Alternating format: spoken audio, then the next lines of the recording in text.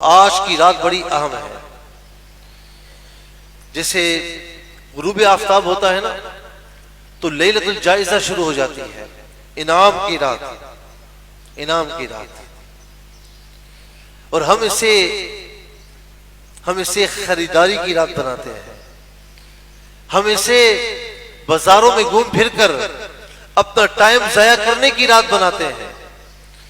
ہم کچھ کام صرف اس رات کے لیے چھوڑتے ہیں کہ اس رات میں ذرا دوست یار مل کر کہیں نکل جائیں گے، پوری رات گھر کے باہر رہیں گے. نہیں، اگر یہ پلان بنایا ہوا ہے تو یہ پلان آپ کا بیکار ہے، کیونکہ شیطان کبھی نہیں چاہے گا. لیکن میرے نبی صلی اللہ تعالی علیہ وسلم کا فرمان سن لیجیے. میرے نبی صلی اللہ علیہ وسلم فرماتے ہیں کہ یہ جو آنے والی رات ہے یہ انعام ملنے کی رات ہے.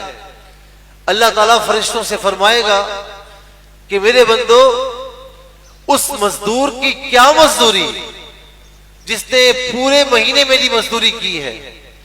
فرشتے عرض کرتے ہیں مولا، اس مزدور کو اس کی مزدوری ملنی چاہیے. تو رب تعالیٰ فرماتا ہے کہ فرشتوں گواہ رہنا، میں نے اپنے ان سارے روزے داروں کی مغفرت فرما دی، مغفرت فرما دی. شیطان یہ بات برداشت نہیں کرے گا، چاہے معتکفین ہو چاہے روزے دار ہو. مغرب کے بعد شیطان تو آزاد ہو جائے گا. رمضان کی رخصتی کے ساتھ شیطان آزاد ہو گیا، لیکن یاد رکھنا کہ ہم آزاد نہیں ہوئے، ہم بے لگام نہیں ہوئے. ہمیں تو ویسے ہی جنت کی طلب کرنی ہے. شیطان راستوں میں گھات لگا کر بیٹھ جاتا ہے کہ اے میرے کارندو، آج کی شب بڑی اہم ہے. اس کے بارے میں میرے نبی صلی اللہ علیہ وسلم فرماتے ہیں کہ اس رات میں جو عبادت کرے گا اس کا دل اس دن نہیں مرے گا جس دن سب کے دل مر جائیں گے.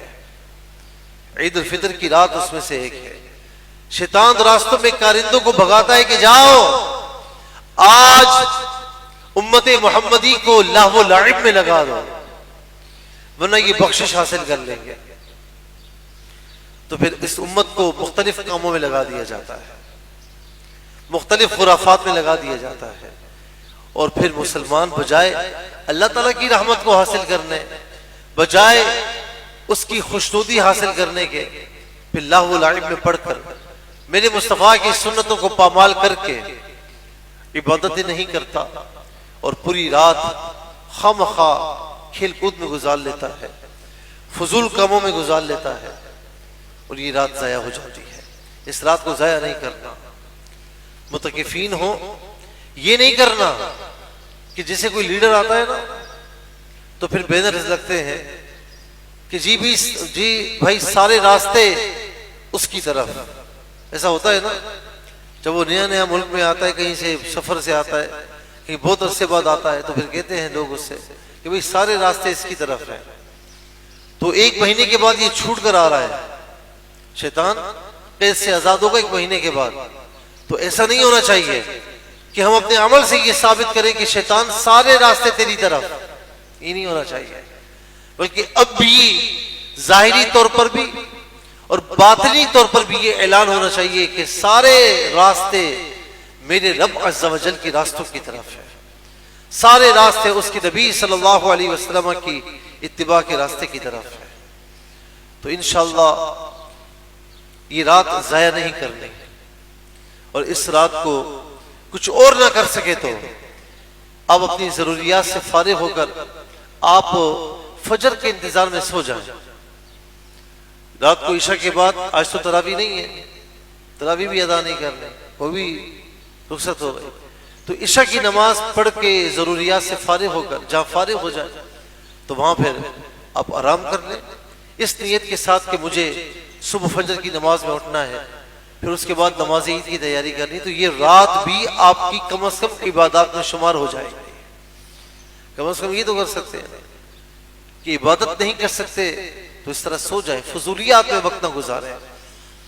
اور اس کے ساتھ ساتھ میں یہ بھی کہوں گا کہ اب آنے والے جو دن ہیں رمضان آپ نے بڑی ہیوی عبادات کی ہیں، جو ایک مرتبہ ہیوی کام کر لینا اس کے لیے پھر عام جو کام ہوتا ہے بڑا آسان ہو جاتا ہے. وہ کہتا ہے چٹکی بھرنے میں یہ کام کر لوں گا.